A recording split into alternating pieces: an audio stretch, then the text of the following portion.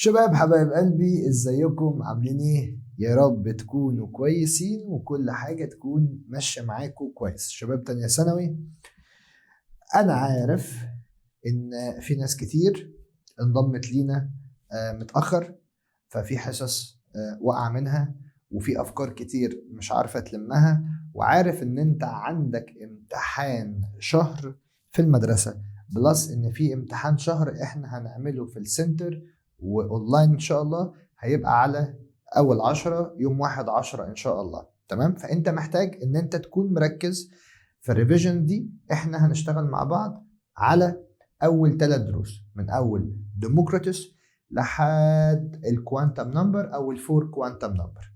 طيب بص بقى، احنا زي ما اتفقنا مع بعض احنا عندنا شوية علماء. تمام؟ كل عالم ابتدى يشتغل على نظرية ويتكلم في شوية كلام مهم. كل الكلام ده يخص حاجة اسمها الاتوم، والكلام ده عمال يتطور يتطور يتطور يتطور كل ما الوقت بيعدي. كل عالم بيقول نظرية، بيجي العالم اللي بعده يعدل عليها أو يرفضها ويقول كلام أحدث من اللي قبله قاله، وبنمشي بنفس السيكونس ده لحد ما نروح للمودرن اتوميك ثيوري، لحد ما نروح للثلاثة علماء صحاب النظرية الحديثة اللي هو هايزنبرج ودي برولي وشرودنجر. وبعد كده نبتدي ندخل على حاجة مهمة اسمها الكوانتم نمبر. طيب أنا كان عندي أول عالم يا جماعة زي ما اتفقنا مع بعض، هو كان واحد بسيط جدا اسمه ديموكريتس. وزي ما اتفقت معاك ديموكريتس ده ما كانش ليه علاقة بالكيمياء قوي، ده كان واحد جريك فيلوسوفر، كان فيلسوف يوناني. الراجل ده قال ايه؟ قال يا باشا انا اي مادة في الدنيا اقدر اعمل لها ديفايد لبارتيكلز صغيرة، وبعد كده البارتيكلز دي اعمل لها ديفايد لسمولر بارتيكل، والسمولر بارتيكل دي اقدر اعمل لها ديفايد ثم ديفايد لحد ما اوصل لحاجة indestructible يعني غير قابلة للتفتيت، غير قابلة للتكسير، غير قابلة للقسم، ما اقدرش اقسمها لحاجات اصغر. عشان كده بنقول ان الاتوم دي حاجة indivisible. وقلنا ان كلمة اتوم دي كلمة يونانية عبارة عن تو بارت، معناها نو وتوم معناها ديفايد، يبقى على بعضها كده نو ديفايد، يعني ما ينفعش ان انا اعمل لها ديفايد. طيب زي ما انت شايف كده ده الجولد، قعدنا نقسم فيه فحاجات اصغر، نقسم فيه حاجات اصغر، نقسم فيه حاجات اصغر، لحد ما وصلنا لحاجة اسمها الاتوم. بعد كده جه واحد اسمه ارسطوطل زي ما اتفقنا، اللي هو اسمه ارسطو في الفلسفة. ده كان واحد برضو دماغه عينة خالص، رفض كلمة اتوم ورفض كلام ديمو، رفض ورفض تام، وقال لك بص يا دكتور، انت عارف ان اي ماتر بتتكون من 4 كومبوننت؟ قلت له بجد والله؟ قال لي اه والله، اي ماتر عبارة عن 4 مكونات، ووتر ودست واير وفاير. اي مادة جولد، ايرن، وود، ايس، اي مادة في الدنيا عبارة عن 4 حاجات، ووتر ودست واير وفاير. وقال ان انا الايرن او الكبر دي حاجات شيب، حاجات رخيصة، ميتالز معادن رخيصة، اقدر احولها لحاجة بريزيوس، حاجة ذات قيمة زي الجولد. ايوه اعمل ده ازاي؟ قال لك غير في البورشنز، غير في النسب بتاعة ال4 كومبوننت دول، هتلاقي الحاجة الرخيصة اتحولت لحاجة ذات قيمة. طبعا الفكرة دي فكرة متخلفة عقليا، اللي عملها راجل على قد حاله، غلبان مسكين. عشان كده قال لك الفكرة دي فكرة illogical. يعني كلمة illogical فكرة خزعبلية، فكرة مش منطقية. وقال لك الفكرة بتاعت أرسطو دي بلوكد، قفلت الديفلوبمنت، قفلت تطوير الكيمستري لأكتر من 1000 سنة. طبعا العلماء كلهم نفسهم في إيه؟ نفسهم يحولوا الحاجات الرخيصة لحاجات ذات قيمة. أي عالم نفسه في كده، أي عالم أو أي إنسان عموما نفسه إن أنا يبقى معايا ايرن أحوله الجولد، أغير في البورشنز، أغير في الفور بورشنز. بعد كده جه واحد اسمه بويل، ده ابتدى يقول كلام منطقي شويه. قال لك انا كلام ارسطوطل ده ما يمشيش عليا، رفض كلام ارسطوطل وقال ان اي ماده لو قعدت اصغر فيها اصغر فيها اصغر فيها هتديني حاجه اسمها element. ايه ده؟ طب ما كده فكره بويل او نظريه بويل شبه نظريه ديمو. اقول لك هي شبه نظريه ديمو، بس ديمو النهايه بتاعته كانت اتوم، بويل النهايه بتاعته كانت element. وهو بويل ده اول واحد يحط تعريف للاليمنت. قال لك ان الاليمنت دي pure simple substance، الاليمنت دي ماده بسيطه نقيه can't be changed، ما اقدرش اغيرها، هي بسيطه ما اقدرش اغيرها can't be changed into simpler one، ما اقدرش اغيرها لحاجه ابسط لان هي ابسط حاجه. قال لك ما اقدرش اغيرها بالتراديشنال كيميكال ميثود، بالطرق التقليديه. يعني الطرق العاديه الاليمنت ده هو السمبلست فورم، هو ابسط حاجه، مفيش حاجه ابسط منه. بعد كده جه دالتون ده هو الفيرست ساينتست، اول عالم اتكلم في النظريه بتاعته عن الاتوميك ستراكشر، شكل الاتوم من جوه بقى. ديمو خد بالك عشان بس في طلبه كتير بتبعت لي تقول لي دكتور هو دالتون اتكلم عن الاتوم؟ بس كلامه عن الاتوم كان فيه ديتيلز، كان فيه تفاصيل، عكس كلام ديمو قال ان اي ماتر لو قعدت اكسر فيها هتديني حاجه صغيره اسمها اتوم، نو ديفايد. لكن دالتون اتكلم على الشكل الاتوم من جوه، تفاصيل الاتوم من جوه. يبقى مين اللي اتكلم عن الاتوم بشكل جنرال كده؟ ديموكريتس. مين اللي اتكلم على الاتوم ستراكشر؟ اول واحد هو دالتون قال ايه؟ اول حاجه احنا اتفقنا ان دالتون ده موحد النظريتين. يعني ايه موحد النظريتين؟ يعني هو جمع نظريتين 2 علماء قبله وحطهم في النظريه بتاعته. رقم 1 قال الاليمنت، يبقى كده متفق مع بويل. 2 الاتوم، يبقى كده متفق مع ديمو. طيب دالتون قال ايه؟ قال ان الاليمنت بيكون من حاجه صغيره قوي قوي قوي قوي قوي قوي فيري مينيوت بارتيكلز اسمها اتوم. يعني الاليمنت هو الكبير والاتوم دي حاجه جواه صغيره. وبعد كده قال ان الاتوم دي حاجه فيري مينيوت، حاجه صغيره indivisible solid sphere او solid particle.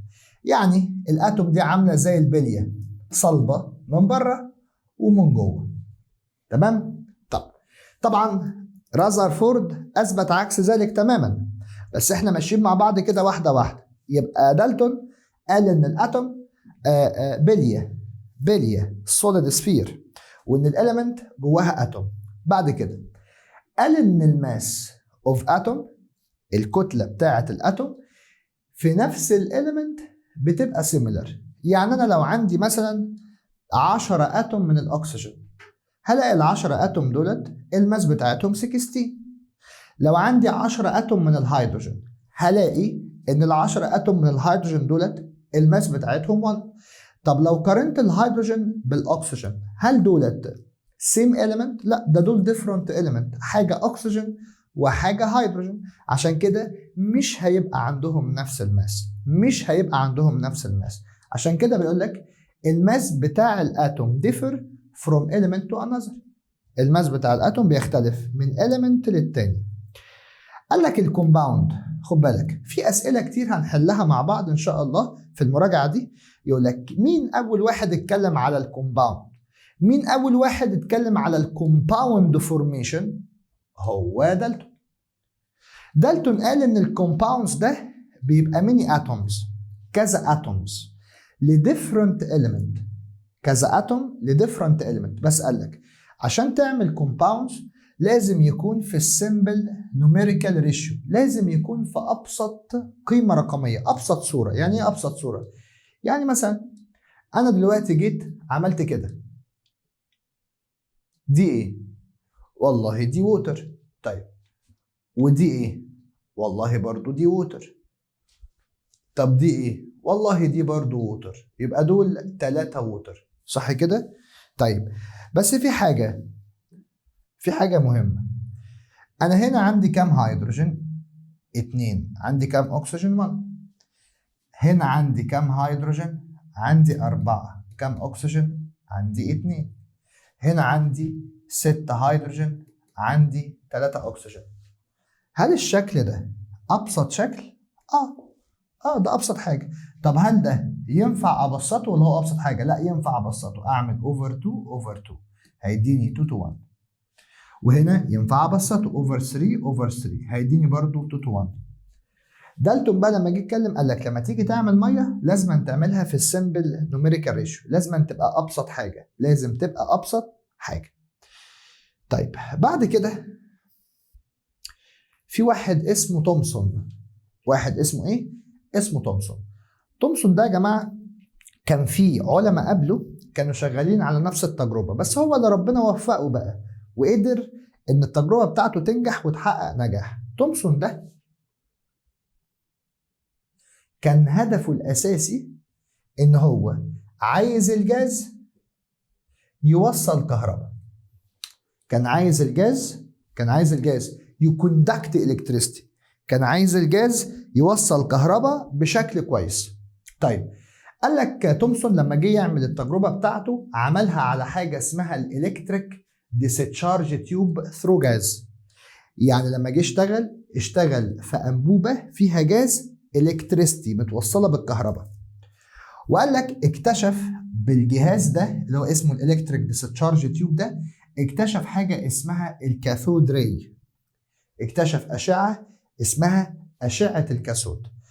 طيب بص بقى، تومسون كده عارف ان الجاز don't conduct electricity، الجاز ما بيوصلش كهرباء under normal condition. يعني كلمة under normal condition يعني طول ما درجة الحرارة 25 والبريشر 1 atm. خد بالك 1 atm يعني البريشر ستاندر على السي ليفل على مستوى سطح البحر، و25 ديجري سليزيوس دي درجة حرارة الروم تمبريتشر. طول ما انا درجة حرارتي 25 او 1 الجاز عمره ما يوصل كهرباء. بس قال لك تومسون الجاز يقدر يوصل كهرباء في الالكتريك ديسشارج تيوب. ازاي؟ تعال اقول لك. بص كده، انا الاول ركز في الكلام ده عشان مهم قوي. انا الاول ادي الالكتريك ديسشارج تيوب، حطينا فيها شوية جازس بالشكل ده. جميل. وجبنا هنا كبر بليت، وجبنا هنا كبر بليت، يعني حتة من النحاس هنا وحتة من النحاس هنا. طيب وقمنا موصلين الكلام ده ببطارية بالشكل ده. وصلنا الكلام ده ببطارية. تمام؟ طيب أول حاجة زي ما اتفقنا إن ده كبر بليت، حتة من النحاس، وده كمان كبر بليت، حتة من النحاس. بس حتة النحاس دي عليها تشارج نيجاتيف. ليه؟ عشان متوصلة بالجزء النيجاتيف في الباتري. والكبر بليت دي بوزيتيف. ليه بوزيتيف؟ عشان متوصلة بالجزء البوزيتيف في الباتري.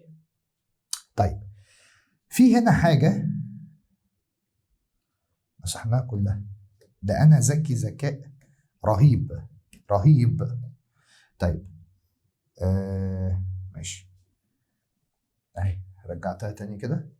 ماشي، عايز بس امسح حته برضو. لا ده انت ايه بقى؟ ماشي، ارجع دي تاني. ادي الانبوبه، عايز امسح بس حته كده صغيره اهي. بص بقى، هنا حطينا حاجه اسمها فاكيوم بامب.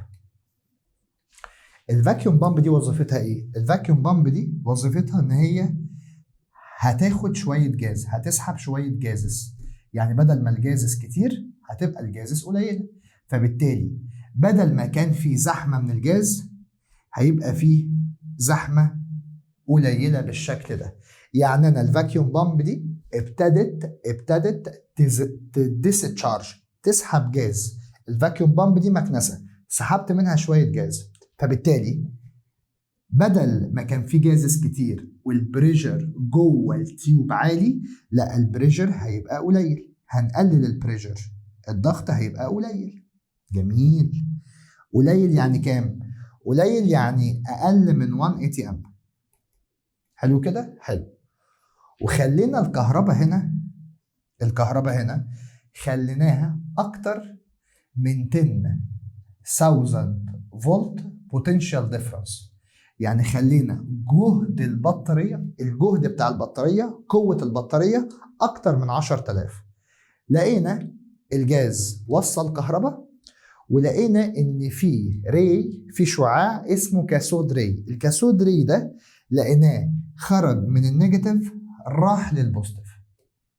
حلو كده؟ عرفنا ازاي؟ لقينا هنا على الناحية البوزيتيف دي اتكونت حاجة اسمها فلاشات، زي فلاشات الموبايل كده.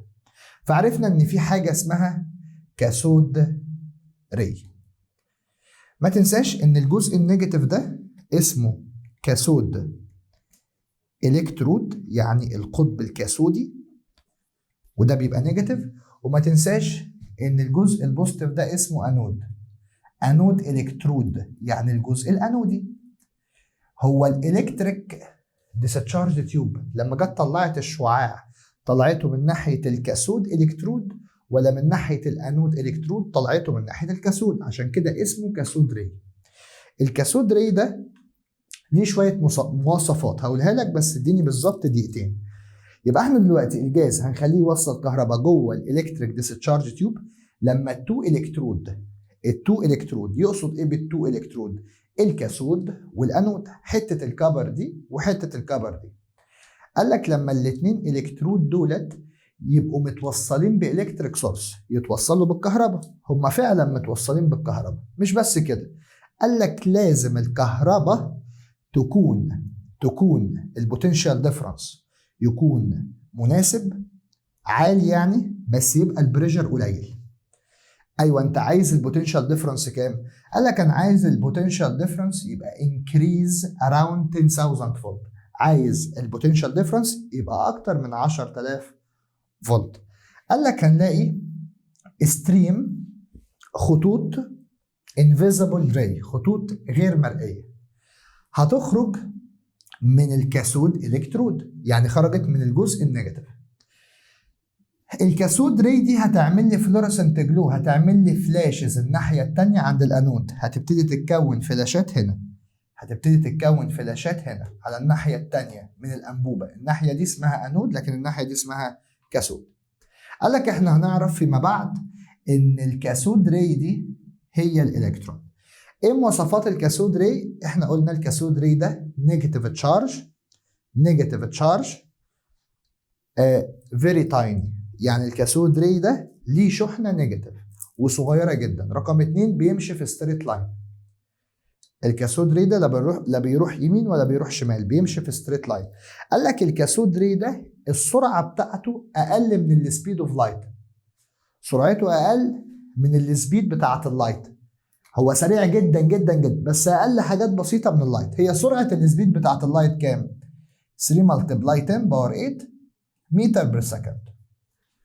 يبقى بيمشي في ستريت لاين. الكاثود راي ده عباره عن نيجاتيف تشارج بارتيكلز. قال لك عنده ثيرمال افكت. يعني ثيرمال افكت يعني لما جه عمل الفلاشز هنا، لما جه ينور في الحته دي، جيت احط ايدي لقيت الحته دي سخنه، عشان كده هو عنده حراره. الكاثود راي بيبقى شايل حراره.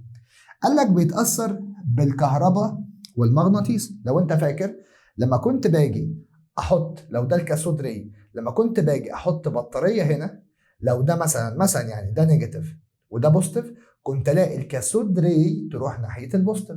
ليه؟ عشان هي نيجاتيف. كل حاجه بتحب تروح للعكسها.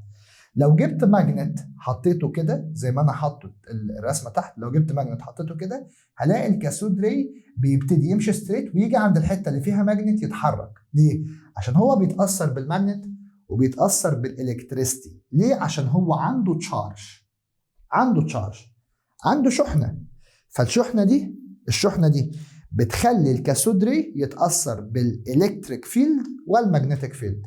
رقم 5، اتفقنا مع بعض لو أنا شلت الكبر بليد دي، لو شلتها وحطيت مكانها أي بليد تانية، زنك، ايرن، ألمونيوم، قال لك هيطلع كاثود ري. طب لو شلت الجاز اللي جوه حطيت جاز تاني، يعني مثلا مثلا أنا حاطط أكسجين، شلته وحطيت هيدروجين، هيفرق حاجة؟ قال لك لا. قال لك زي دونت فاري، الكاثود ري دونت فاري، مش بتختلف مع طبيعة الكاثود ماتيريال أو الجاز اللي احنا استخدمناه جوه الأنبوبة. وده سترونج ايفيدنس، ده دليل قوي إن الكاثود ري ده حاجة فاندمنتال كونستيتوينت إيليمنت، يعني حاجة فاندمنتال، حاجة بسيطة موجودة في أي ماتر. يعني أي ماتر فيها كاثود ري، لأن أي ماتر فيها إلكترون. ما احنا قلنا العلماء فيما بعد عرفوا إن المنيوت بارتيكلز الكاثود ري دي هي الإلكترون. فهو قال لك شيل الكبر، حط زنك، حط ايرن، حط ألمنيوم، مش كل دول ماتر وكل الماتر دي جواها إلكترون، يعني جواها كاثود ري. شيل الكبر بليت، حط زنك بليت، حط ألمنيوم بليت، حط ايرن بليت، شيل الاكسجين، حط هيدروجين، حط نيتروجين، كده كده هيطلع كاثود ري. ليه؟ عشان هي حاجه فاندمنتال كونستيتوينت، حاجه بسيطه هي موجوده في كل الماتر، هي اصغر حاجه في الماتر اسمها كاثود ري، وفيما بعد عرفنا ان هي الكترون. طبعا ما تنساش في الحته دي بيجي عليها اسئله كتير جدا جدا جدا، وهتلاقينا بنحلها معاك بعد ما تشوف الجزء ده. انا بس عايز اقول حاجه، احنا بنراجع، فمش طبيعي اشرح التفاصيل. لو عايز التفاصيل هتلاقي الفيديوهات اوريدي موجوده، يعني الدرس ده شرحه في 2 وشويه، بس احنا بنراجع، بندردش كده، بنعمل ريفريشمنت للمعلومات، بنظبط الدنيا. طيب بص بقى، في شويه كلام قاله تومسون. اهم كلام ان تومسون متفق مع دالتون في ايه؟ ان الاتوم سوليد. يعني تومسون ودالتون اتفقوا على حاجه، ان الاتوم سوليد، بس تومسون ضاف شويه كلام مهم. قال الاتوم زي البطيخه، من بره في حاجات بوزيتيف، من جوه في حاجات نيجاتيف. وده سؤال مهم جدا، يقول لك مين العالم اللي قال ان الاتوم سوليد امبيدد يعني مغروس جواها الكترونات نيجاتيف؟ مين اللي قال ان الاتوم، ركز كده، مين اللي قال ان الاتوم سوليد ومغروس جواها حاجات نيجاتيف؟ طبعا ده تومسون قال ان الاتوم سوليد سفير، عندها يونيفورم بوزيتيف الكتريك تشارج، عندها شحنات بوزيتيف من بره، وفي نمبر اوف النيجاتيف تشارجد الكترون از امبيدد، في الكترونات نيجاتيف تشارج مغروزه محفوره جوه الاتوم. عشان كده الاتوم بنقول عليها الكتريكال نيوترال، متعادله كهربائيا. ليه؟ عشان الحاجات البوزيتيف اللي اسمها بروتون قد الحاجات النيجاتيف اللي اسمها الكترون. عشان كده الاتوم ما عندهاش شحنه، لان البوزيتيف قد النيجاتيف. يجي سؤال يقول لك مين اللي قال ان الاتوم الكتريكال نيوترال؟ مين الفيرست ساينتست اللي قال ان الاتوم الكتريكال نيوترال؟ هقول له تومسون. مين الفيرست ساينتست اللي قال ان الاتوم سوليد؟ دالتون. مين اتفق مع دالتون؟ تومسون. مين اللي قال ان الاتوم جواها حاجات امبيدد مغروزه جواها اسمها الكترون؟ ده اسمه تومسون. جه رازرفورد بقى. رازرفورد كان عنده 2 علماء، اوعى تنسى، واحد اسمه جايجر وواحد اسمه مارسدن. قال لك رازرفورد عمل التجربه بتاعته كفكر، لكن اللي نفذوها، اللي عملوا لها بيرفورميشن، تنفيذ على ارض الواقع، كان جايجر ومارسدن. اول حاجه جاب اشعه اسمها الفا، والاشعه دي حطها جوه ليد بوكس، صندوق من الرصاص، واستخدم سين جولد فويل، ورقه ذهب رفيعه، وجاب ميتاليك شيت، والميتاليك شيت دي دهنها بماده من الزنك سلفايد. الفورمولا مهمه واسمها مهمه، الاتنين مهمين جدا. طيب ايه اللي حصل؟ ركز بقى كده معايا. ادي الالفا ده الليد بوكس، وجوه اشعه الالفا. اشعه الالفا هتخرج، جميل، مش عايزه تكتب. طيب اشعه الالفا هتخرج، هتخبط في الجولد فويل. والله في حاجات هتعدي هتعمل فلاشز هنا، وفي حاجات هتتعكس هتعمل فلاشز الناحيه التانيه، وفي حاجات هتنحرف. طب اتفقنا اتفاق، ده دليل على ايه؟ يعني ليه الالفا بارتيكلز 90% منها حصل له بنتريشن، وفي جزء صغير حصل له ديفليكشن، وفي جزء بسيط جدا حصل له ريفليكشن. قال لك والله الدليل على كده، ليه حصل بنتريشن للماجوريتي لكميه كبيره من الالفا بارتيكلز خلال الجولد فويل؟ قال لك عشان رازرفورد اكتشف ان الاتوم امتي سبيس، الاتوم فاضيه، شكلها كده ادي الاتوم وادي النيوكليوس وكل الابيض ده سبيس. فبالتالي لو عندي اتوم من الذهب، ما خد بالك هو حاطط الجولد فويل عشان يشوف الاتوم بتاعه الجولد هتعمل ايه مع الالفا. لما اجي اعرض الالفا للذهب او اعرض الالفا للاتوم، الالفا هتعدي مش هتلاقي حاجه فتعدي الناحيه الثانيه، مش هتلاقي حاجه فتعدي الناحيه الثانيه، مش هتلاقي حاجه فتعدي الناحيه الثانيه، مش هتلاقي حاجه فتعدي الناحيه الثانيه، مش هتلاقي حاجه فتعدي الناحيه الثانيه، مش هتلاقي حاجه فتعدي الناحيه الثانيه، وهكذا. عشان كده اغلب 90% من الالفا 90% من الالفا بيحصل له بنتريشن. وما تنساش ان الالفا دي بوزيتيف، واتفقنا اتفاق ان النيوكليوس دي كمان اكتشفنا ان هي بوزيتيف. فالالفا البوزيتيف لما تيجي تعدي وتلاقي النيوكليوس بوزيتيف يحصل حاجه اسمها ديفليكشن. والالفا لما تيجي تعدي وتخبط في النيوكليوس دي حاجه فيري دنس، حاجه تقيله، حاجه زلطه، حاجه عجله. فالالفا لما تيجي تعدي تخبط في النيوكليوس تبتدي يحصل لها ريفليكشن الناحيه الثانيه. سبب البنتريشن، اغلب الالفا حصل لها بنتريشن عشان الاتوم امتي سبيس، فاضيه، مش سوليد بول زي ما قال دالتون وتومسون. طيب ليه حصل باونس باك؟ ليه حصل ريفليكشن؟ يعني ليه الالفا جايه تعدي قامت معكوسه الناحيه الثانيه؟ قال لك والله عشان الاتوم فيها حاجه تايني، فيها حاجه صغيره جدا جدا جدا بس عندها هاي دنسيتي، يعني هي صغيره بس تقيله، موجوده في نص الاتوم اسمها نيوكليوس.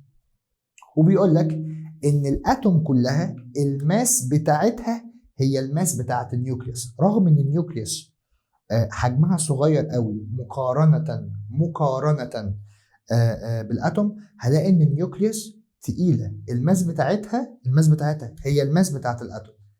طيب قال لك موست اوف اتوميك ماس، معظم الماس بتاعت الاتوم متركزه جواها. طب ليه حصل ديفليكشن بقى؟ في حبه حصل لهم ديفليكشن، يعني ما اتعكسوش وما عدوش، دول انحرفوا كده. قال لك عشان الدنس بارت، الجزء التقيل، الزلطه اللي في نص الاتوم دي شحنتها بوزيتيف، والشحنه البوزيتيف بتاعت النيوكليوس شبه او سيميلر للالفا بارتيكلز، فبوزيتيف مع بوزيتيف يحصل ريبالشن، ينحرفوا عن بعض، يحصل ريبالشن. ريبيلد يعني يبعدوا عن بعض. خد بالك بقى النسبه الاكبر حصل لها بنتريشن، دي اكبر نسبه، اللي بعدها ديفليكشن، واللي بعدها ريفليكشن. يعني اصغر حاجه هي ريفليكشن، بعديها الديفليكشن. يعني الاشعه اللي اتعكست اقل حاجه، اللي انحرفت واللي تنافرت واللي حصل لها ديفليكشن دي تاني اكبر حاجه هو البنتريشن اللي حصل. اكبر حاجه هي البنتريشن. لو عندي مثلا 10 وحدات الفا عدوا من الاتوم، تمام، في 7 هيحصل لهم بنتريشن و2 هيحصل لهم ديفليكشن وواحده بس ريفليكشن. طيب رذرفورد بقى اتكلم في شوية حاجات. رقم واحد اتكلم عن الأتوم وقال عنها شوية حاجات، وبعد كده اتكلم عن النيوكليوس وقال عنها شوية حاجات، وبعد كده اتكلم عن الإلكترون. طيب أول واحد يتكلم على النيوكليوس والإلكترون والأتوم كان رذرفورد من أهم اكتشافاته إن الأتوم امتي سبيس، وإن في نيوكليوس عندها density عالية، عندها كثافة عالية، زلطة تقيلة. رذرفورد قال ان الاتوم صغيره جدا جدا جدا extremely small sized particle. قال شكلها معقد، شكلها مش سهل كده، شكلها معقد شبه السولار سيستم. يجي لك سؤال في الامتحان يقول لك مين اللي قال ان الستراكشر اوف اتوم لايك تو سولار سيستم؟ رذرفورد. طب يجي يقول لك رذرفورد قال ان الاتوم ستراكشر لايك نقط، تقول له سولار سيستم ويجيب لك في الاختيارات تختار على طول سولار سيستم. قال والله السولار سيستم بيبقى عباره عن الشمس في النص وحواليها الكواكب. قال الشمس دي هي النيوكليوس، والكواكب دي هي الالكترون اللي بتلف حوالين النيوكليوس. بعد كده هيتكلم عن النيوكليوس. قال لك النيوكليوس اصغر من الاتوم، ما هي الاتوم هي الكبيره وجواها الزلطه الصغيره، فبالمنطق وبالعقل النيوكليوس اصغر من الاتوم. وقال لك ان most of atomic mass concentrated inside nucleus، يعني الكتله الماس بتاعه الاتوم متركزه في الزلطه بتاعتها. قال لك بيبقى فيه سبيس كبيره، بيبقى فيه مساحه، بيبقى فيه فراغ كبير ما بين النيوكليوس والالكترونز اوربتس والمدارات بتاعه الالكترون، بيبقى فيه فراغات. الفراغات البيضاء دي هي دي اللي بيتكلم عنها دلوقتي. بيقول لك في vast space، في فراغ هائل ما بين النيوكليوس والاوربتس اللي بيلف فيها الالكترونز. طبعا الاتوم مش سوليد، ليه؟ عشان في فاست سبيس، في سبيس ما بين النيوكليوس والالكترون. السبيس هي الحته دي، ادي انرجي ليفل او ادي الاوربتس اللي بيلف فيها الالكترون، في سبيس اهي. فعشان كده قلنا ان الاتوم مش سوليد. الالكترون زي ما اتفقنا في اعدادي ان هي عندها نيجليجابل ماس، ريشه خفيفه ما عندهاش ماس مقارنة بالنيوكليوس. النيوكليوس الماس بتاعتها تقيلة جدا جدا جدا. طبعا التشارج بتاعت الالكترون بتبقى نيجاتيف، وعدد التشارج النيجاتيف قد التشارج البوزيتيف، عشان كده الاتوم الكتريكالي نيوترال. طيب عايز بقى اقول حاجة، احنا اتفقنا اتفاق ان لو دي، ركز كده، لو هنا الاتوم وجوه النيوكليوس هنا بيبقى فيه انرجي ليفل، صح؟ ايوه صح. طيب وهنا بيبقى فيه الكترون، صح؟ ايوه صح. بوزيتيف ونيجاتيف يحصل ما بينهم حاجه اسمها اتراكشن فورس.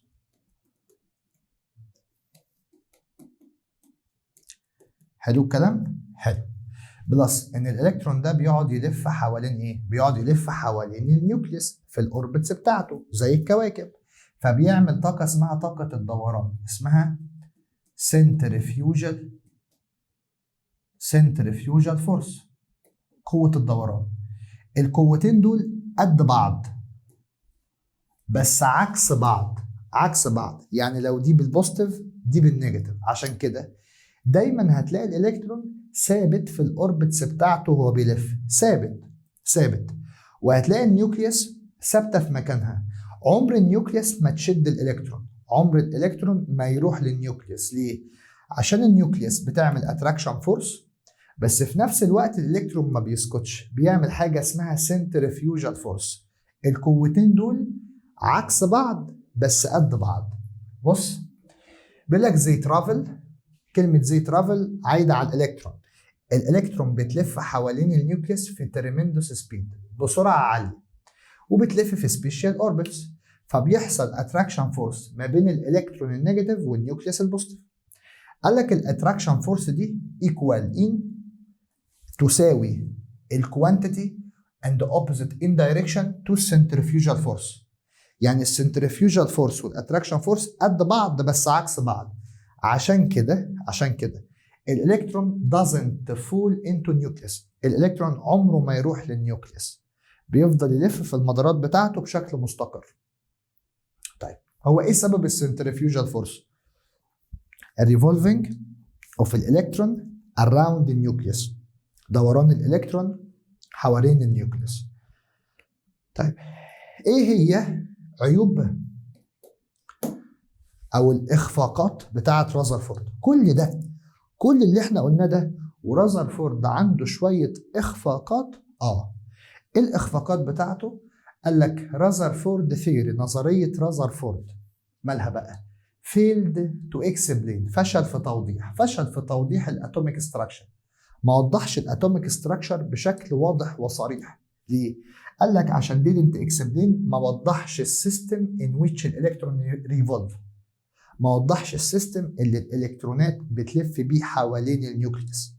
ما كانش عارف ان الالكترون بتلف في حاجه اسمها انرجي ليفل، وفي جراوند ستيت، وفي اكسايتد ستيت، وهو نازل كل الطاقه اللي خدها بيخرج. ما كانش عارف كل ده، او ما كانش عارف الالكترون او السيستم الالكترون بتلف بيه حوالين النيوكليوس ايه.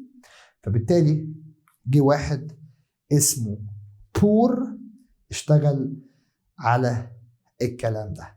طيب كده نكون راجعنا مراجعة سريعة بسيطة فيها نوع من أنواع التفاصيل على الدرس الأول. طيب بور بقى قال إيه؟ بور قال، ركز بقى في الكلام ده، هات أي جاز أو فيبور، شرط جاز أو فيبور، سخنه قوي. حاضر.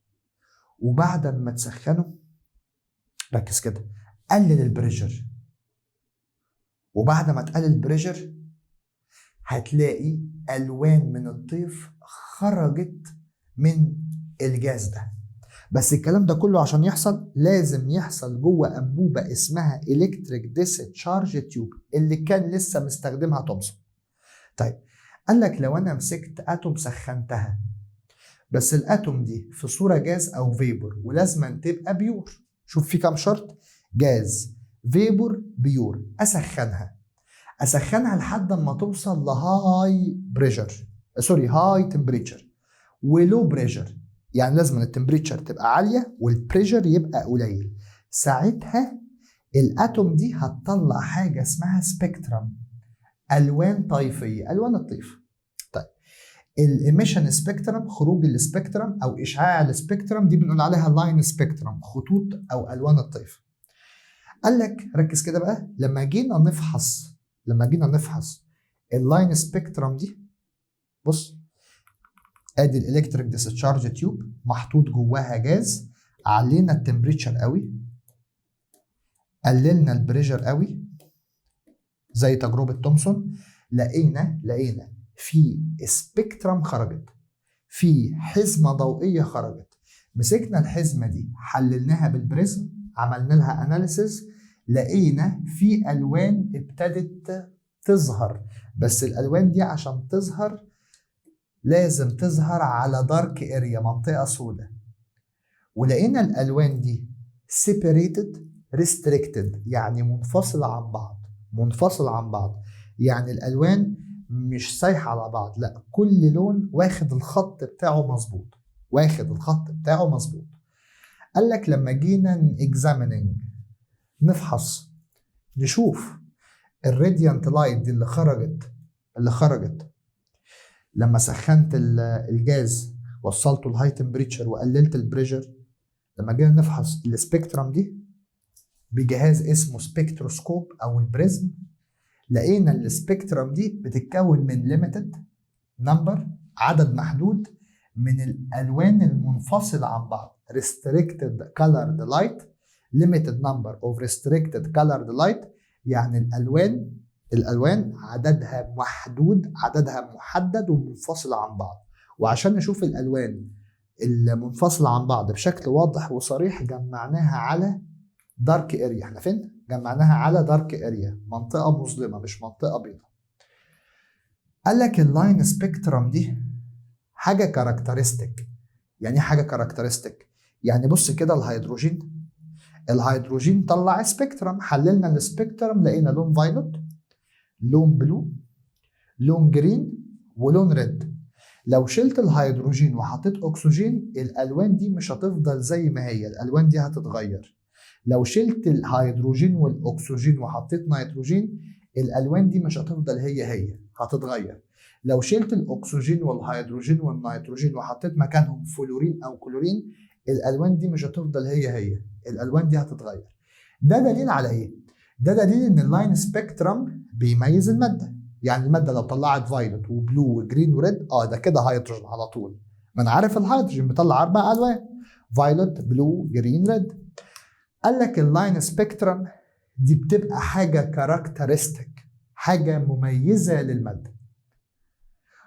وده معناه ان مفيش تو إيليمنت، مفيش عنصرين، مفيش غازين عندهم نفس اللاين سبيكترم. ليه؟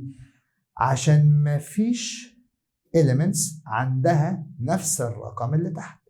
يعني الاكسجين عنده 1، الهيدروجين عنده 1، الاكسجين عنده 8، النيتروجين عنده 7، الفلورين ده جاز عنده 9، الكلورين ده جاز عنده 17.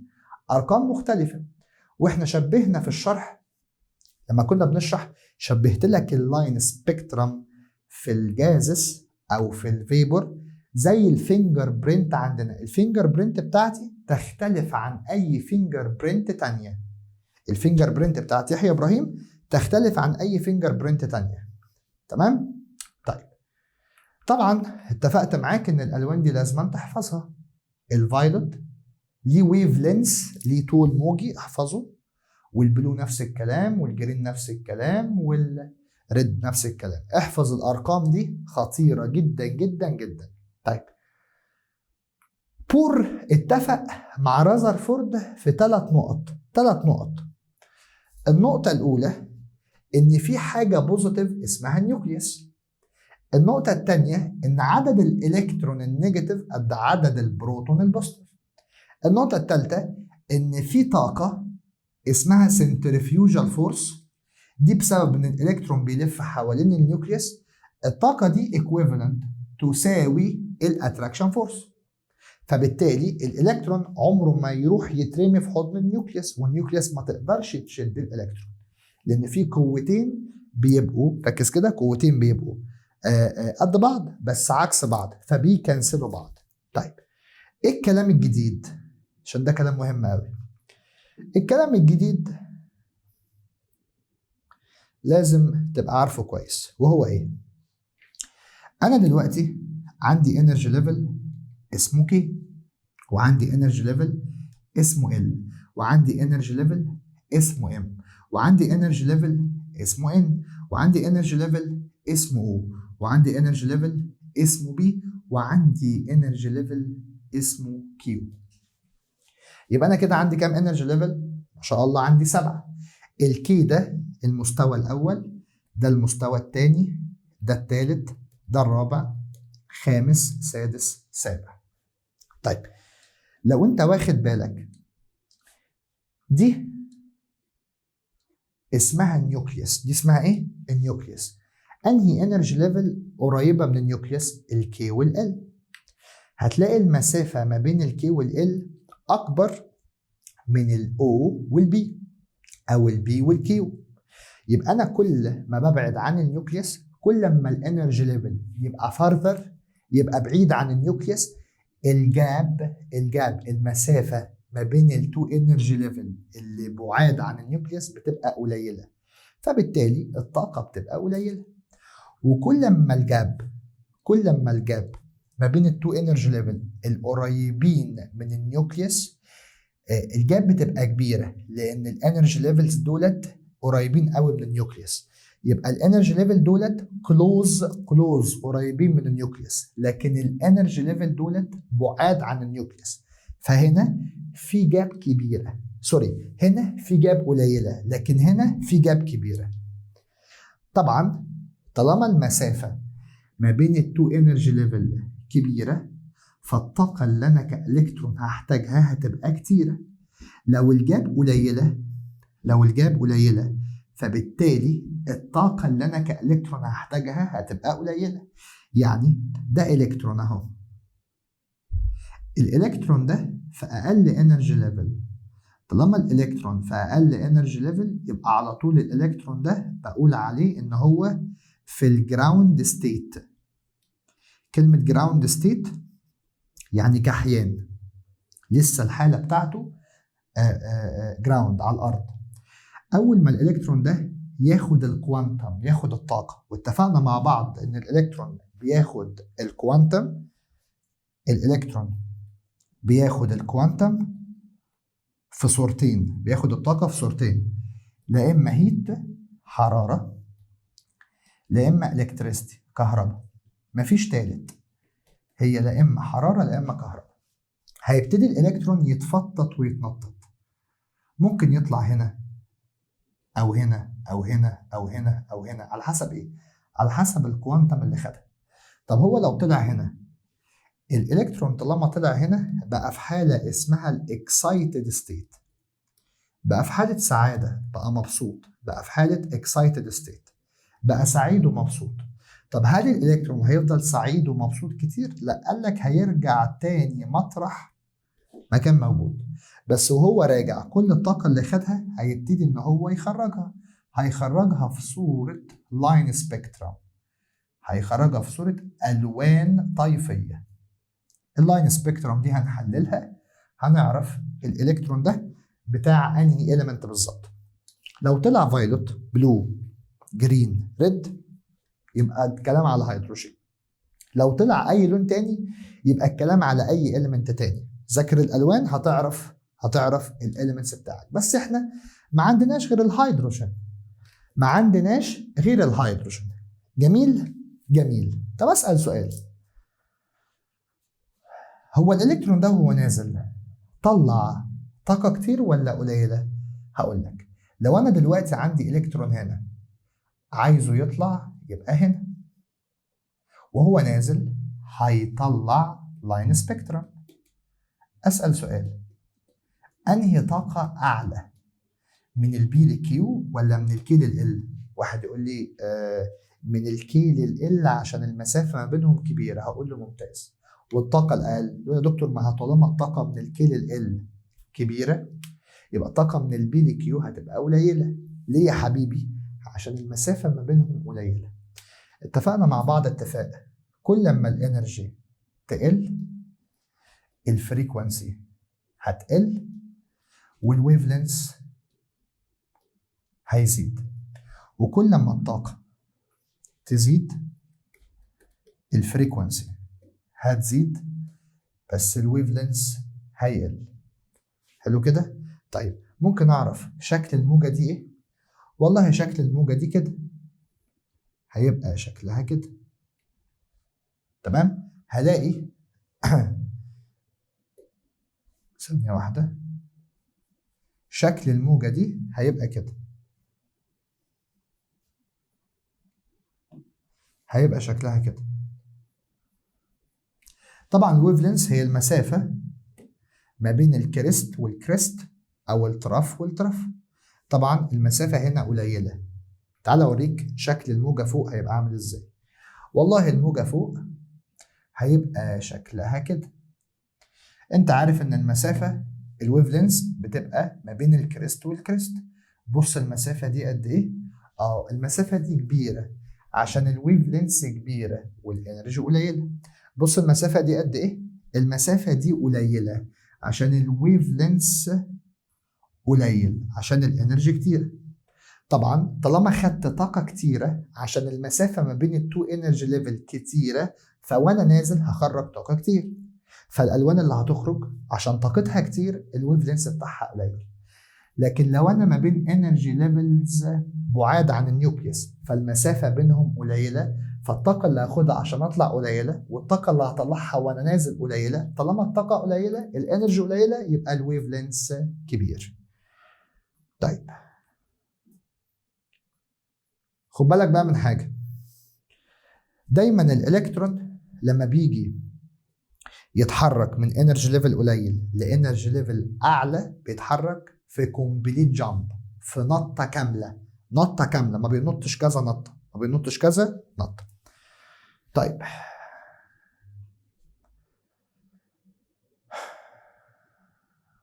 بص بقى، في هنا حاجة يا جماعة اسمها الدلتا اي. لو انت فاكر الدلتا اي هو اللي تشينج في الانرجي بتوين التو ليفلز، مثلا لو الانرجي ده الطاقه بتاعته مثلا 200 والانرجي ده الطاقه بتاعته 600، انا عايز اعرف الالكترون هياخد ايه عشان يطلع. والله هو عند انرجي ليفل 200 طالع ل 600، اعمل ايه؟ دلتا ايه، اشوف الانرجي ليفل اللي انا رايح له، انا رايح ل 600، واشوف الانرجي ليفل اللي انا عنده، انا عند ال 200، يبقى 600 ماينس 200، يبقى الالكترون ده محتاج ياخد 400، محتاج ياخد 400 ها، محتاج ياخد 400. ده اسمه الدلتا اي، ده اسمه الدلتا اي. الجزء ده اتفقنا مع بعض ان هو اهم حاجه عندك في جزء بور، وهو مش احنا قلنا الالكترون وهو طالع، بص كده، الالكترون وهو طالع بياخد كوانتم، طب هو نازل بيخرج حاجه اسمها لاين سبيكترم. بيخرج حاجه اسمها ايه؟ لاين سبيكترم، بيخرج الوان. طيب انا هنا بتكلم على الهيدروجين. الهيدروجين اتفقنا بيخرج كام لون؟ 4، فايلوت، بلو، جرين، ريد. طيب لو انا في الدور السادس، في الدور الكام؟ السادس، راجع الدور التاني، لو انا في السادس راجع التاني هخرج فايلوت، هخرج لون بنفسجي. طب لو انا خد بالك من السادس للتاني الطاقة كتير، خد بالك، بص، نازل من الدور السادس للدور التاني، طاقة كتير هتخرج، فبالتالي ويف لينس قليلة. ما هي دي حقيقة، الويف لينس هنا 410 نانومتر، أقل ويف لينس عشان أعلى طاقة. من الخامس للتاني بطلع بلو، ومن الرابع للتاني بطلع جرين. خد بالك، من إلى واللون اللي هيطلع حفظ بالويف لينس، من إلى باللون اللي هيطلع بالويف لينس حفظ، من إلى باللون اللي هيطلع بالويف لينس حفظ. فأنا من الخامس للتاني هطلع بلو، من الرابع للتاني هطلع جرين، من التالت للتاني هطلع ريد. خد بالك بقى، الطاقة هنا هل زي هنا؟ لا، هنا طاقة قليلة فالويف لينس عالي. الويف لينس كام بقى؟ 656. واخد بالك؟ الاخضر الاحمر الويف لينس بتاعه كبير، لكن الفايلوت الويف لينس بتاعه قليل، عشان هنا الطاقة عالية بينما هنا، لكن هنا الطاقة قليلة. واخد بالك؟ طيب الحتة دي مهمة جدا جدا جدا. خد بالك كل الكلام اللي مكتوب ده، كل ده شرحنا هنا تمام؟ طيب وانا قلت لك احنا بنراجع سريع كده في الانجاز. التفاصيل كلها احنا شارحينها، التفاصيل هتلاقيها الحصص الرئيسية. طيب لو انا في الدور الثاني او الثالث او الدور الرابع او الخامس او السادس او السابع وراجع الدور الاول، لو انا راجع للدور الاول، يعني انا في الرابع راجع الاول، في الخامس راجع الاول، في السادس راجع الاول، قلنا بنطلع الترا فايلوت، اشعه فوق بنفسجيه، ودي انفيزبل ما نقدرش نشوفها. طب لو انا راجع من الخامس او السادس او السابع راجع للدور الثالث او الرابع، هطلع اشعه اسمها انفراريد. لو انا راجع الدور الثالث او الدور الرابع من اي انرجي ليفل فوق هطلع انفراريد. الالوان دي بتخرج وانا راجع، مش وانا طالع باخد طاقه، وانا راجع كل الطاقه اللي خدتها ابتدي ان انا اخرجها. دي اللي علينا بقى. لو انا في الدور السادس راجع التاني، الدور الخامس راجع التاني، الدور الرابع راجع التاني، الدور التالت راجع التاني، هخرج اشعه فيزابل. والاشعه الفيزابل دي هم 4 الوان عندنا بتوع الهيدروجين، فايلوت تمام، بلو، جرين، ريد. طيب بص خد بالك كده، الترانسفير الالكترون الاكسايتد وهو راجع للجراوند ستيت ممكن يرجع في جامب وممكن يرجع في كذا جامب، لكن وهو طالع بيعمل كومبليت جامب، لكن وهو راجع ممكن يرجع في جامبايه كامله او يرجع في كذا جامب. الحته دي احنا شرحناها هنا بتاعه الويف لينث والانرجي والفريكونسي والكلام ده. طيب تعالى معايا بقى نشوف ايه مميزات بور وايه عيوب بور. قال لك مميزات بور ما عرفش الاول هقول المميزات مش العيوب. مميزات بور ان هو عرف السبيكترال لاينز بتاعه الهيدروجين، اشتغل على الهيدروجين وعرف الالوان اللي بيخرجها الهيدروجين، من السادس للتاني بيخرج وايت، من الخامس للتاني بيخرج بلو، من الرابع للتاني بيخرج جرين، من التالت للتاني بيخرج ريد. عرف الالوان، عرف السبيكترال لاينز بتاعه الهيدروجين. الحاجه الثانيه اكتشف حاجه اسمها الكوانتايزد انرجي. بور هو اول واحد قال ان الالكترون بياخد كوانتم ويتفتت ويتنطط في الانرجي ليفل الاعلى. طيب قال لك بور لما جه قال الكوانتايزد انرجي كان هدفه يحدد الالكترون انرجي، يحدد طاقه الالكترون اللي في الديفرنت انرجي ليفل، يحدد طاقه الالكترون في الانرجي ليفلز المختلفه. انا عندي 7 انرجي ليفل، عايز اعرف الالكترون في انهي انرجي ليفل. فبسبب حاجه اسمها الكوانتايزد انرجي، حاجه اسمها كوانتايزد انرجي. يبقى كده عمل كام ميزه؟ 2. اكتشف السبيكترال لاينز بتاعه الهيدروجين واشتغل على الكوانتايزد انرجي، فكره ان الالكترون ياخد كوانتم. طب يا شباب كده اتكلمنا على التو ادفانتج بتوع بور، اللي هو اكتشف السبيكترال لاين بتاعه الهيدروجين والكوانتايزد انرجي. ايه عيوبه بقى؟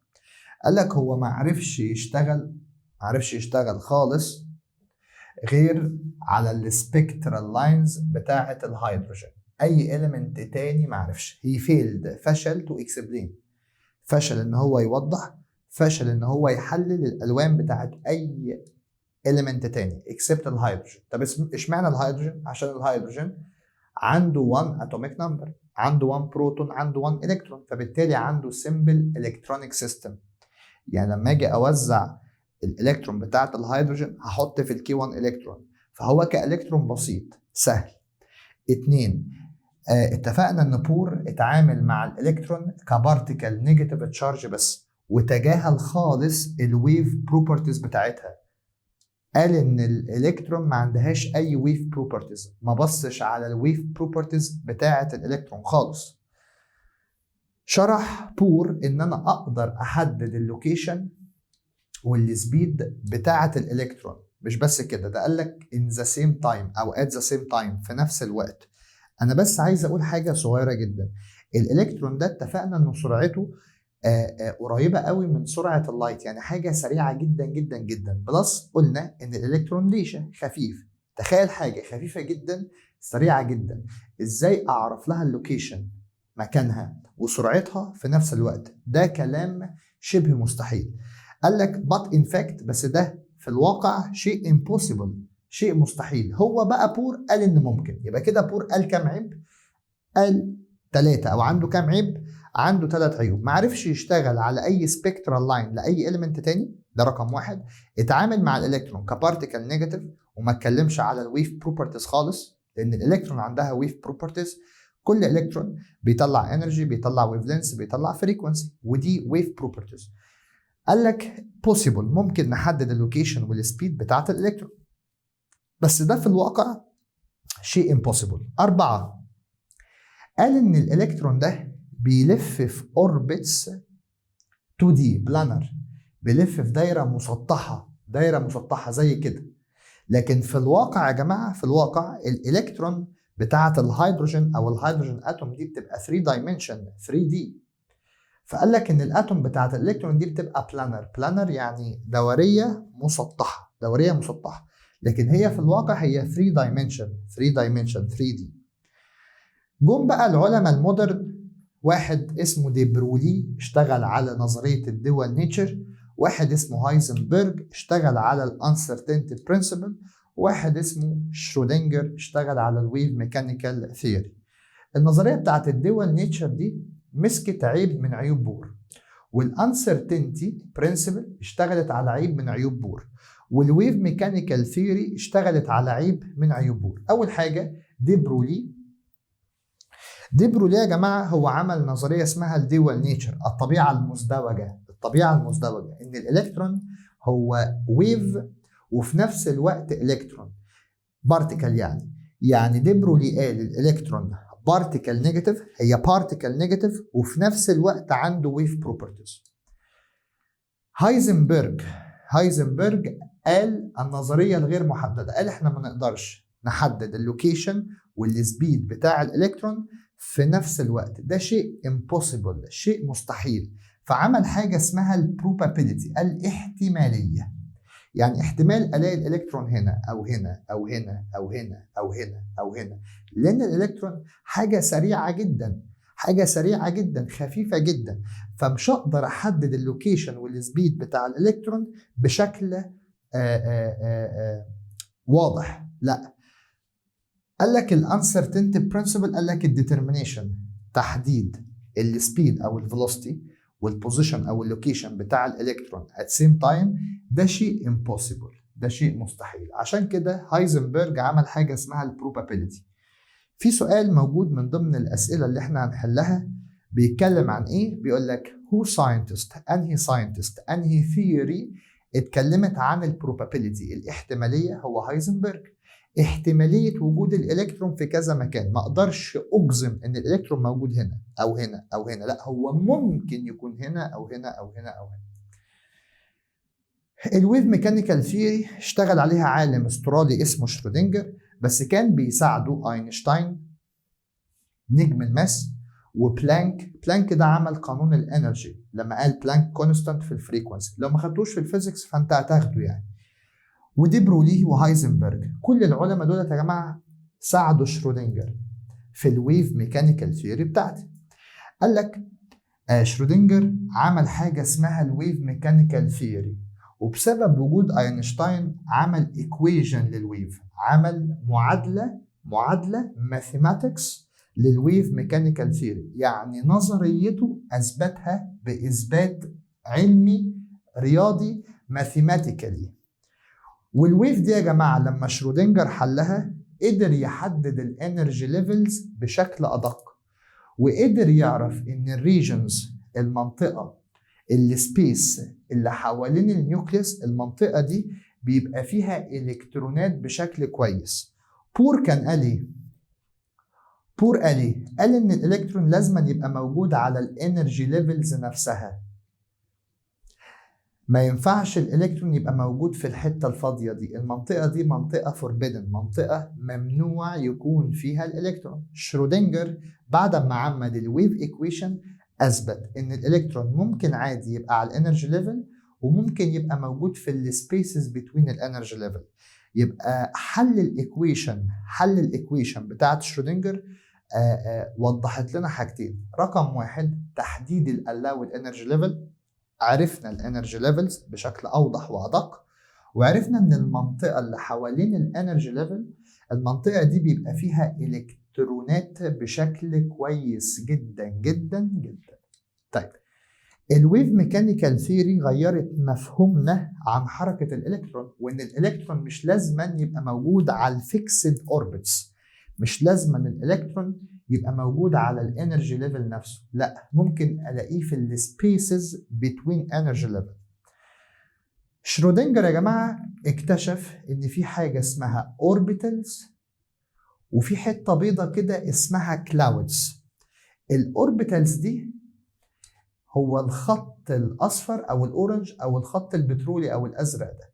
قال لك الاوربيتالز دي بتبقى منطقه جوه الكلاود، جوه المنطقه البيضاء، بيبقى فيها الكترونات بنسبه كبيره، بيبقى فيها high probability of electron. يجي سؤال في الامتحان يقول لك in which region، في اي منطقه الالكترونات found high probability، الالكترونات موجوده بنسبه كبيره باحتماليه عاليه في الاوربيتال. طب الالكترونات موجوده بس بنسبه اقل شويه، بتبقى موجوده في الكلاودز. ايه هي الكلاودز؟ الحته البيضاء دي. طب الخط ده، المدار ده اسمه اوربيتال، اسمه ايه؟ اسمه اوربيتال. طيب بعد كده يا جماعه شرودنجر قال لنا في 4 ارقام. في رقم اسمه n، وده بيعبر عن حاجه اسمها البرنسبل كوانتم نمبر، وفي رقم اسمه l وده السبسيدري كوانتم نمبر. اتفقنا ان الN دي بتعبر عن حاجه اسمها الانرجي ليفل، والL دي بتعبر عن حاجه اسمها السب ليفل، والام ال دي بتعبر عن حاجه اسمها الاوربيتالز، ودي بتعبر عن حاجه اسمها الالكترون الام اس. واتفقنا اتفاق ان الانرجي ليفل دي الدور، لكن السب ليفل دي الشقه اللي في كل دور، والاوربيتالز دي الغرف اللي في كل شقه، والالكترون دي الناس اللي قاعده في كل غرفه. يبقى مين اكبر حاجه؟ الان اللي هي الانرجي ليفل. مين جواها؟ السب ليفل. مين جوه السب ليفل؟ اوربيتال. مين جوه الاوربيتال؟ الالكترونات. الان اسمها برنسبل كوانتم نمبر. خلاص احنا كبرنا شويه، مش هنقول انرجي ليفل بقى، هنقول برنسبل كوانتم نمبر. شرودنجر قال لنا كده.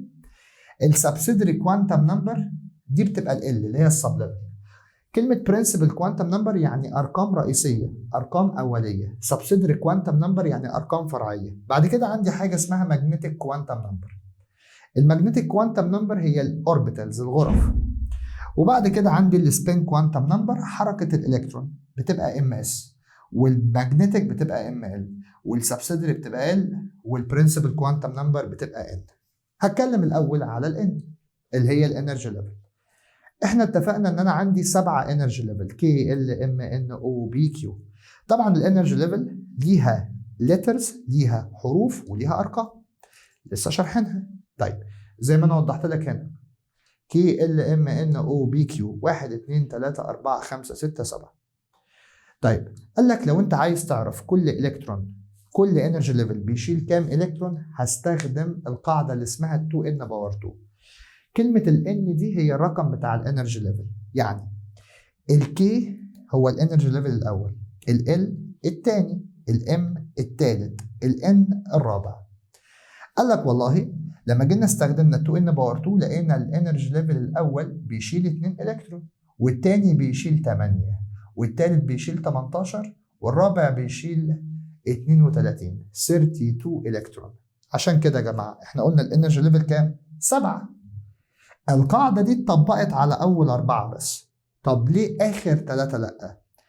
قال لك ال 2 ان باور 2 مش بتطبق على الانرجي ليفل الاعلى من 4. يعني الاو والبي والكيو القاعده دي مش بتطبق عليها. ليه؟ اتفقنا لو الاتوم فيها اكتر من 32 الكترون بتبقى انستيبل. انستيبل يعني غير مستقره، غير مستقره، غير مستقره. طيب احنا قلنا البرنسبل كوانتم نمبر كي ال ام ان او بي كيو 1 2 3 4 5 6 7. قال لك ما فيهاش الزيرو، يعني البرنسبل كوانتم نمبر ما فيهاش الزيرو، ما بتشيلش الزيرو. طيب لو احنا جينا رتبنا الانرجي ليفل من الاقل انرجي للاعلى انرجي، هلاقي الكي اقل انرجي، بعديها ال، بعد كده الام، بعد كده الان، بعد كده الاو، بعد كده البي، بعد كده الكيو. جميل جميل. الانرجي ليفل يا جماعه زي ما اتفقنا بتزيد من الكي للكيو، بتزيد من الكي للكيو. ايه بقى السبسيدري كوانتم نمبر؟ السبسيدري كوانتم نمبر دي هي ال اللي هي السب ليفل، اللي هي ايه؟ السب ليفل. بيقول لك كل برنسبل انرجي ليفل، كل دور، كل انرجي ليفل بيبقى فيه عدد من السب ليفل. بيبقى فيه ايه؟ عدد من السب ليفل. طب انا عندي كام سب ليفل؟ عندي الشقه اس، سب ليفل اس، وبي، ودي، واف. كل سب ليفل بيبقى ليه ال، بيبقى ليه قيمه رقميه، زي ما هو ليه لتر ليه رقم، زي الانرجي ليفل كده. الاس اتفقنا 0، البي 1، الدي 2، الاف 3. طيب في بقى حاجه تانية مهمه. قال لك ايه؟ قال لك النمبر بتاع السب ليفل قد النمبر بتاع البرنسبل انرجي ليفل. يعني لو انا في الدور الاول عندي شقه واحده، لو انا في الدور الثاني عندي شقتين، لو انا في الدور الثالث عندي 3 شقق، طب لو في الدور الرابع عندي 4 شقق، طب الخامس عندي 4 برضه، طب السادس عندي 4 برضه، طب السابع عندي 4 برضه. بص كده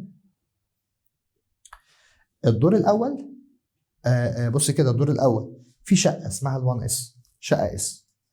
الدور الثاني في شقتين اس وبي، الدور الثالث في 3 شقق اس وبي ودي، الدور الرابع في اس وبي ودي واف. طبعا الشقه اس ال بتاعتها بزيرو، الشقه اس ال بتاعتها بزيرو، والبي 1 والاس 0 والبي 1 والدي 2، الاس 0 والبي 1 والدي 2 والاف 3. طبعا طب الانرجي ليفل الخامس والسادس والسابع فيهم نفس الاربعه، فيهم نفس الاربعه، لان احنا اتفقنا الN بتشيل 32 الكترون، واي انرجي ليفل فوقيها بيشيل نفس ال 32 الكترون، لان لو شال الانرجي ليفل اكتر من 32 الكترون هيبقى انستيبل.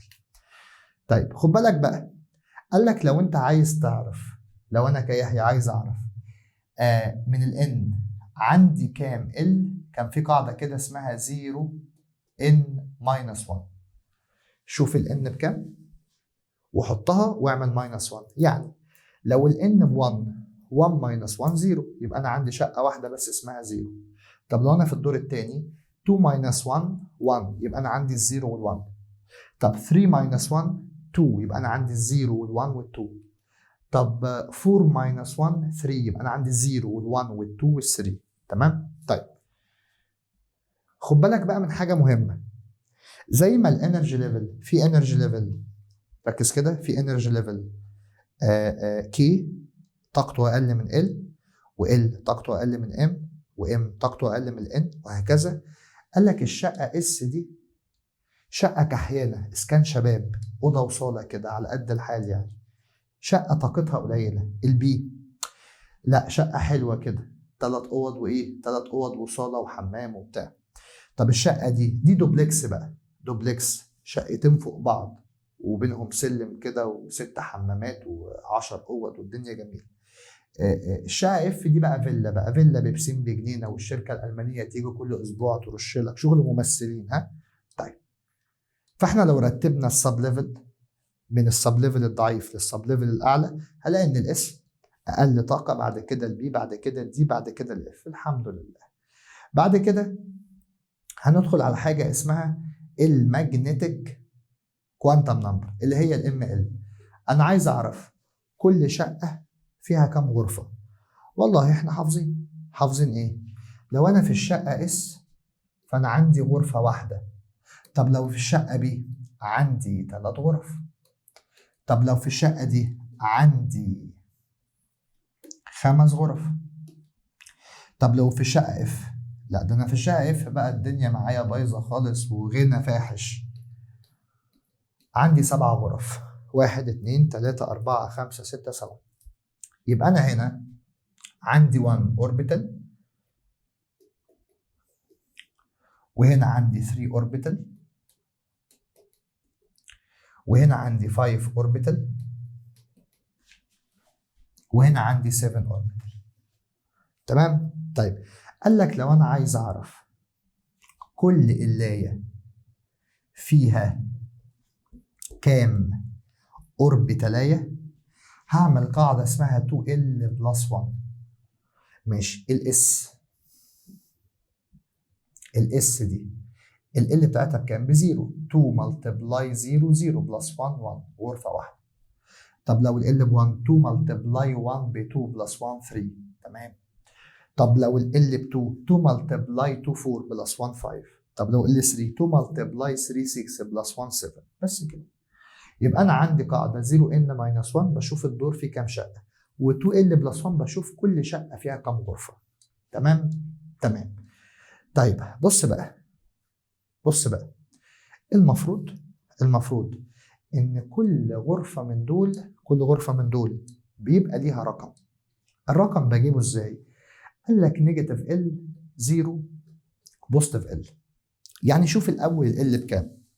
طيب لو انا ال بتاعتي 0، فمفيش حاجه اسمها نيجاتيف 0 بوزيتيف 0، فالغرفه دي رقمها 0، الام ال بتاعتها 0.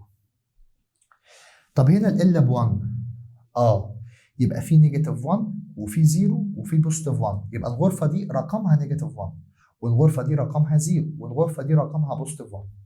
طب هنا ال ب2، يبقى نيجاتيف 2 نيجاتيف 1 0 بوزيتيف 1 بوزيتيف 2.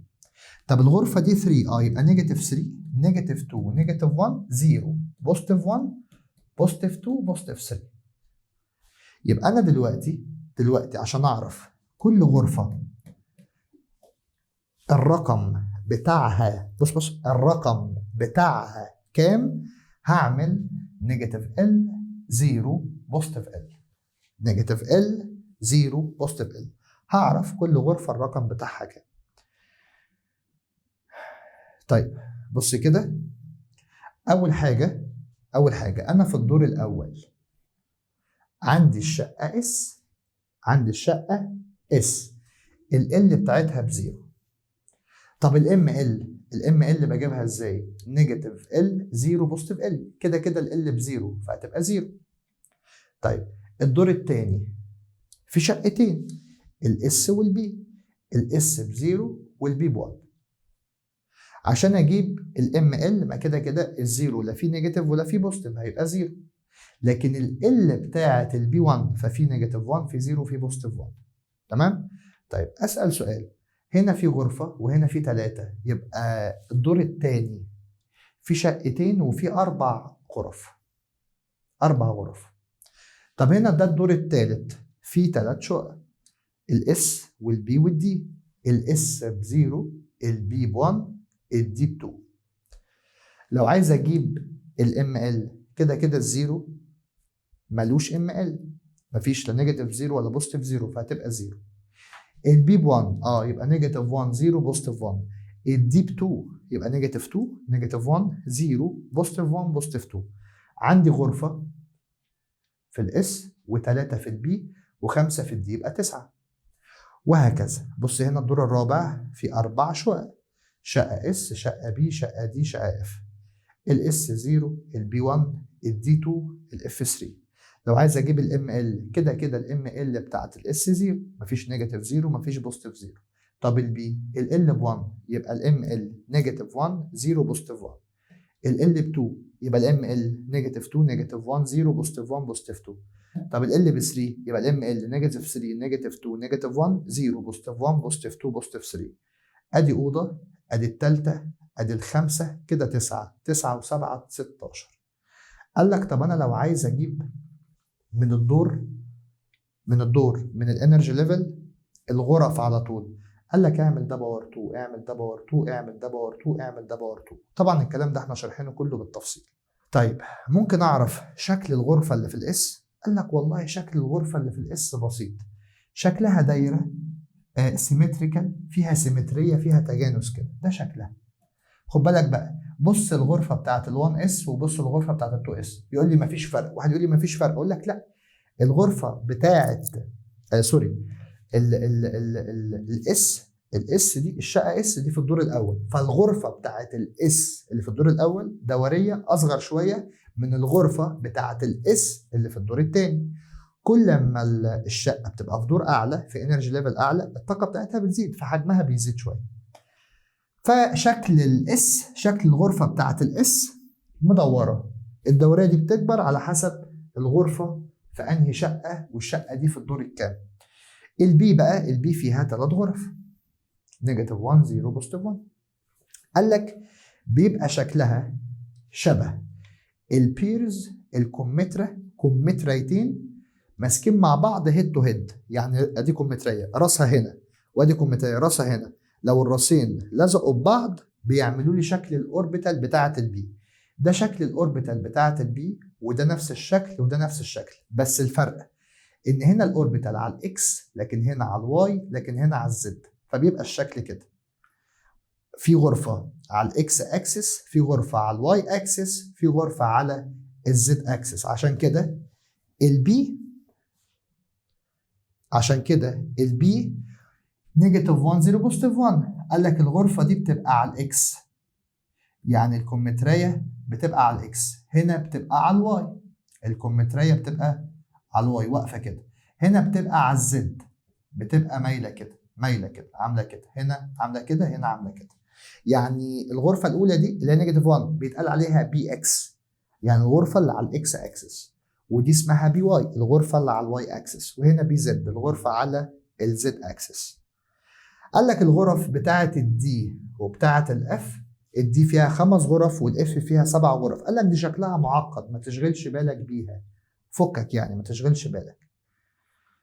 طيب في حاجة تانية، احنا اتفقنا ان كل غرفة بتشيل 2 الكترون بس، واحد بيبقى كلوك وايز والتاني بيبقى انتي كلوك وايز. يعني ايه؟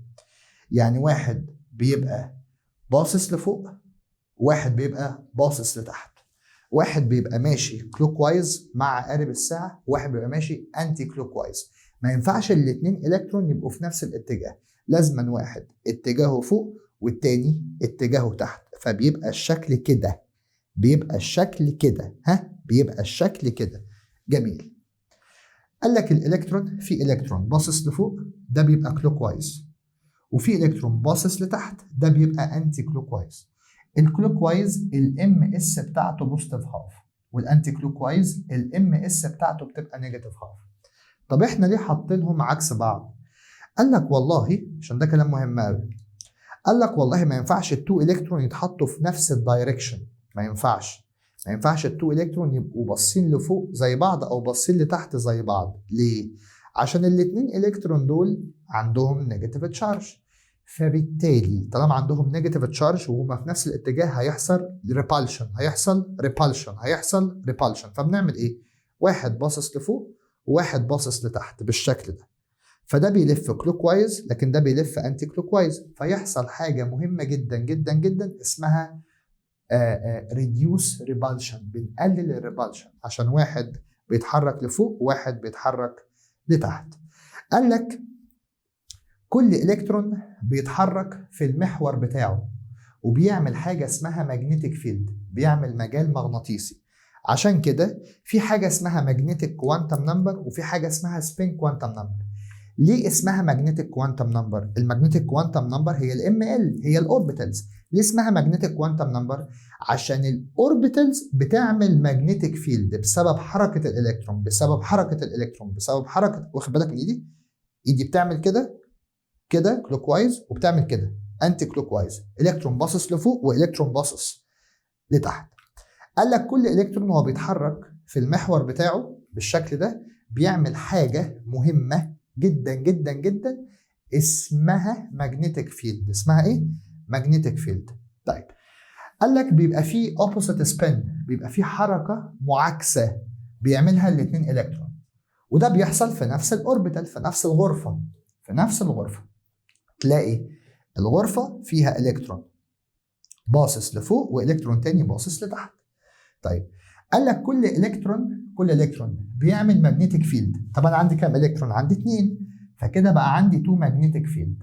ال2 ماجنتيك فيلد دول عكس بعض فبيقللوا من الريبالشن فورس.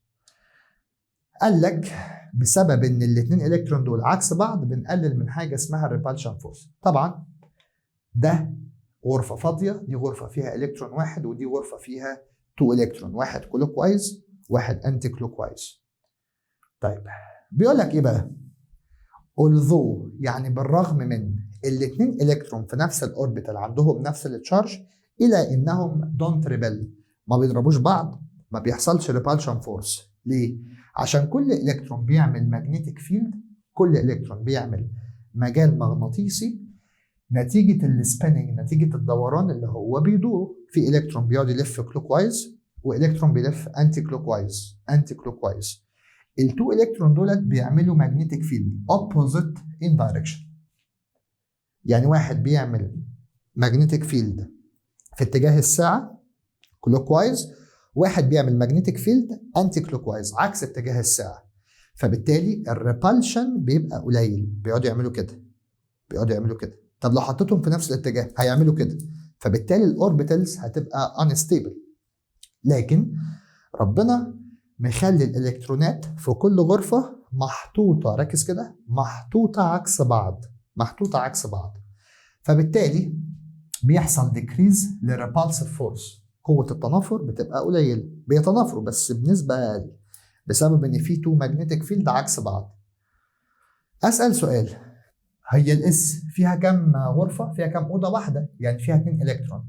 طب دي فيها كام غرفة؟ 3، تشيل 6، 2 و2 و2، وهنا 5، 2 و2 و2 و2 و2، وهنا 7، 2 و2 و2 و2 و2 و2 و2.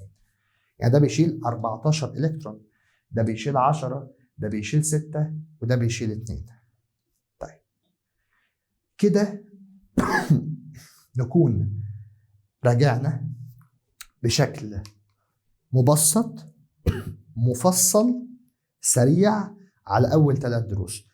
اتفرج على الكلام ده كويس وهتلاقي الPDF موجود في الملفات فوق. لو انت بتشوف الفيديو ده على المنصه هتلاقيه في البي دي اف الماتيريال فوق، وهتلاقي البي دي اف ده احنا بعتناه على الجروب بتاع الواتساب، الكوميونتي بتاعه الواتساب. تمام؟ وقف بقى الفيديو ده وذاكر الكلام اللي احنا قلناه ده، وروق كده واكتب كل حاجه قلناها وافهم الكلام كويس، وخش على فيديوهات حل الاسئله. فيديوهات مهمه مهمه مهمه مهمه مهمه. يلا اشوفكم على خير. باي باي. I love you so much so much. باي باي.